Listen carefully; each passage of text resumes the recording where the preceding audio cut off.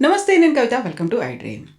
Property versus SIP 10 ఏళ్ల తర్వాత దేని విలువ ఎక్కువగా ఉండబోతోంది? ఏది అసలు బెస్ట్ ఆప్షన్? మనతో పాటుగా ఉన్నారు ఫైనాన్షియల్ ఎక్స్పర్ట్ సాయిరామ్ గారు. సాయిరామ్ గారు, హలో అండి. నమస్తే. సో ప్రాపర్టీస్, ఎస్ఐపిలు 10 ఏళ్ల తర్వాత చూసుకోవాలి అంటే ఏం చెప్తారు మీరు? చాలా మందికి ఇప్పుడు ప్రాపర్టీలో ఇన్వెస్ట్ చేయాలా లేదా ఎస్ఐపిలో పెట్టాలని చాలా మంది మధ్యతరగతి కామన్ డౌట్ ఇది.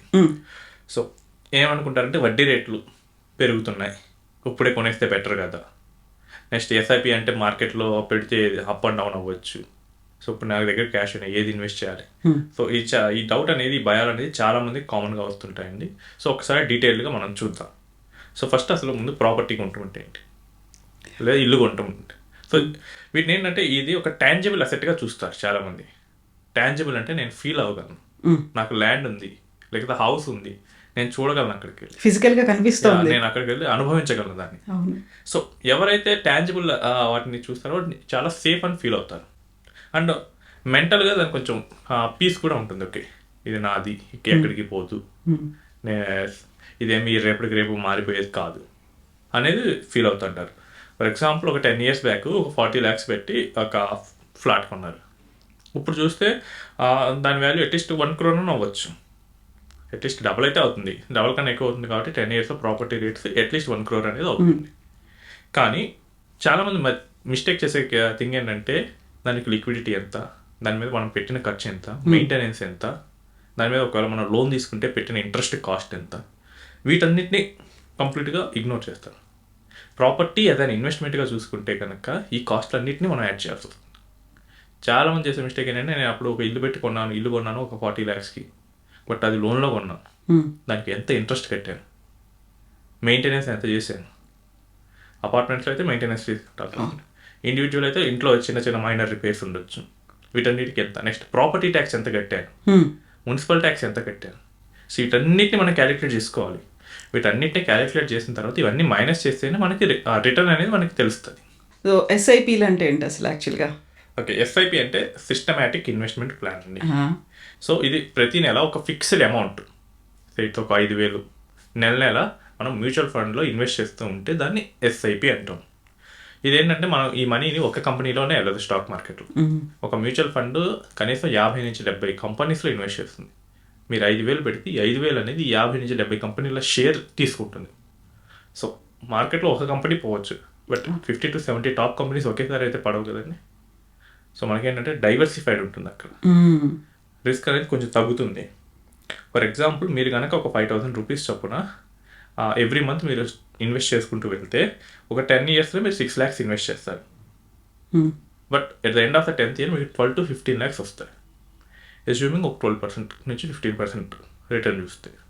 సో ఇప్పుడు డైరెక్ట్ కంపారిజన్ కావాలి, SIP investment, property investment. Okay, so property అనగానే చాలామంది ఏంటంటే హైదరాబాద్లో ఉండే ప్రాపర్టీ చూస్తుంటారు. బట్ ప్రాపర్టీ హైదరాబాద్లోనే ఉండాల్సిన అవసరం లేదు కదా, ఎక్కడైనా ఉండొచ్చు. అది ప్రాపర్టీ విలేజ్లో ఉండొచ్చు, ఇట్ కెన్ బి బాంబే, బెంగళూరులో ఉండొచ్చు. బట్ ఇక్కడ ఏంటంటే మనం సింప్లిఫికేషన్ కోసం యావరేజ్ ప్రాపర్టీ రిటర్న్ చూసుకుంటాం. Okay, there are flats in Pune last 10 yearsలో 1% కూడా పెరగనే ఉన్నాయి. ఎందుకంటే మన జూబ్లీ హిల్స్ సైడ్. సో కొనేవాళ్ళు జూబ్లీ హిల్స్కి వెళ్తారా లేకపోతే న్యూ ఫైనాన్షియల్ డిస్ట్రిక్ట్ వైపు వెళ్తారా? సో అటువైపు ఎక్కువ గ్రోత్ ఉంది అంటే వెళ్తున్నారు. సో ఇదేంటంటే ప్రాపర్టీ అనేది ఎప్పుడు ఒకే రేట్ మీద పెరగదు. సో ఒక చోట ఎక్కువ పెరగచ్చు, ఒక చోట తక్కువ పెరగచ్చు. సో ఒక ఎస్టిమేషన్ ఏంటంటే ప్రాపర్టీస్ జనరల్గా 7 to 8 yearsలో డబుల్ అవ్వాలి.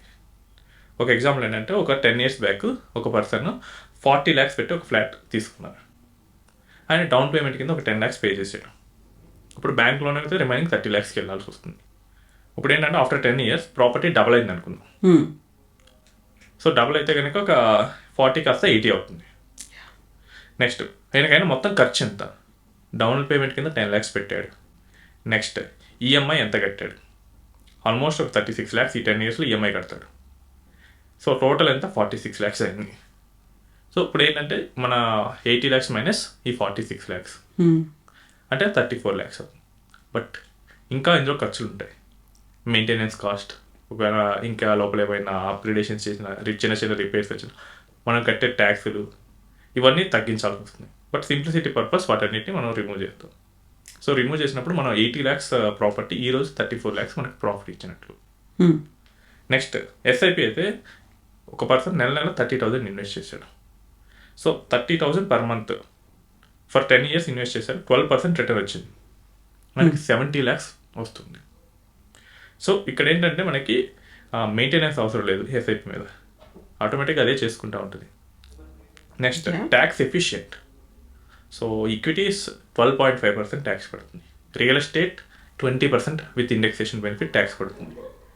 సో మనకి అమౌంట్ వైజ్ కూడా ఇది ఎక్కువే కనిపిస్తుంది. And it is liquid. మనకి ఇప్పుడు 10 years తర్వాత నాకు అవసరమైంది మనీ, వెంటనే అమ్మలేము.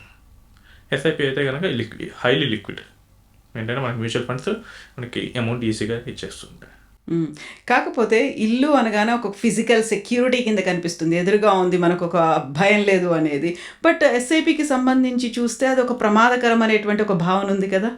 సో ప్రాపర్టీకి లిక్విడిటీ లేదండి. సో కావాలంటే మీరు ఈరోజు అమ్మటానికి ట్రై చేయండి. నాకు తెలిసి 99.99% బయర్ రాడు.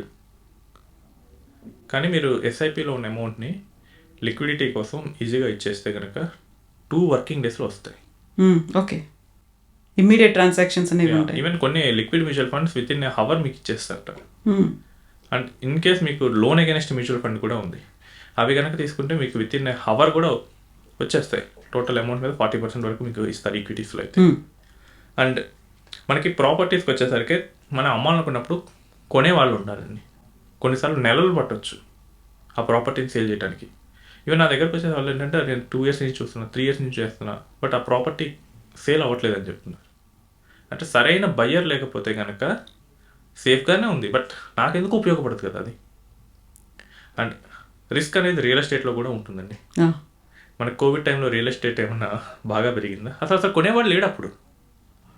అండ్ 2008 ఆర్థిక మంది వచ్చినప్పుడు చాలామంది జాబులు పోయినాయి. అప్పుడు ఎవరు కొనేవాళ్ళు లేరు ఇంత ఈఎంఐలు పెట్టి. బట్ ఏంటంటే మనకు అది ఎదురుగా ఉంటుంది అంతే. దానికి తగ్గ రిస్క్లు అయితే దానికి ఉన్నాయి, వీటికి తగ్గ అడ్వాంటేజెస్ వీటికి ఉన్నాయి.